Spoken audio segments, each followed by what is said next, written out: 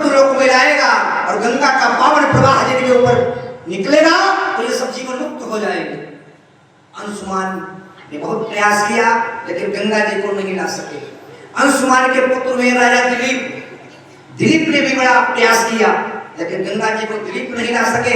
दिलीप के पुत्र में राजा भगीरथ को मालूम हुआ तो भगीरथ ने ब्रह्मा जी की अखंड तपस्या की। बहुत ब्रह्मा जी प्रसन्न हुए, कहा पुत्र वरदान मांगो। तो भगीरथ ने कहा ब्रह्मा जी मुझे वरदान नहीं चाहिए, मैं अपने पुरखों का उद्धार करना चाहता हूं, इसलिए आप गंगा जी को छोड़ दो, मैं मृत्यु लोक में ले जाऊंगा गंगा जी को।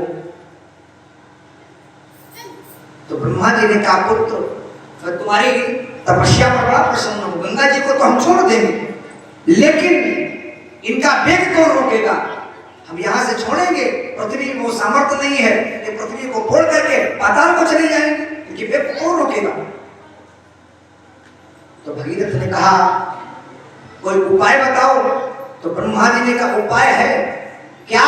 का भगवान शंकर अगर चाहे तो इनके वेग को रोक सकते हैं। भगीरथ ने आकर के भगवान देवाधिदेव भोले बाबा की अखंड तपस्या की। भोले बाबा खुश हुए, कहा पुत्र वरदान मांगो। भगीरथ ने कहा हे भोलेनाथ मुझे वरदान नहीं चाहिए, मैं अपने पुरखों का उद्धार करना चाहता हूं, मैं स्वर्ग से मर्त्यलोक में गंगा जी को लाना चाहता हूं, आप गंगा के जरा वेग को रोक लो। भगवान शंकर ने कहा जाओ ब्रह्मा जी से कह दो पूरे वेग से गंगा जी को छोड़ दे, हम उनके वेग को रोकेंगे। सुखदेव जी कहते राजेंद्र भगवान भोलेनाथ अपनी जटाओं को खोल करके खड़े हो गए, खड़े हो जाओ।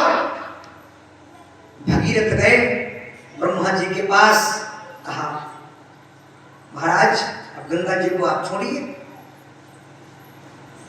ब्रह्मा जी ने कमंडल लिया और जैसे छोड़ने के लिए तैयार हुए तो गंगा जी रोने लगी।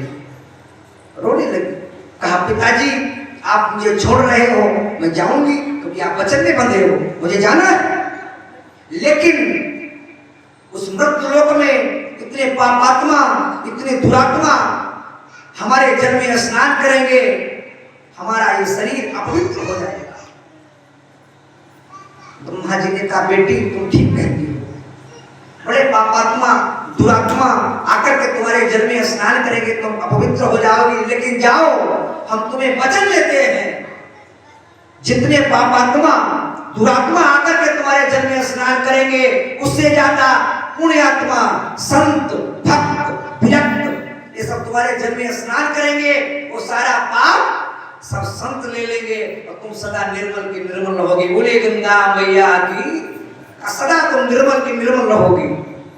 उठाया कमंडल और जैसे छोड़ा तो गंगा जी को एक अभिमान पैदा हो गया गंगा जी को कि शंकर के अंदर क्या सामर्थ्य है जो हमारे वेग को रोक ले। तो हर हर करती गंगा जी चली ऊपर से और झरझर करके भगवान शंकर की जटाओं में गिरने लगी। भगवान शंकर ने पकड़ी अपनी जटाएं और जूड़ा लगा दिया, जूड़ा लगा दिया। अब गंगा जी ने अपना सारा वेग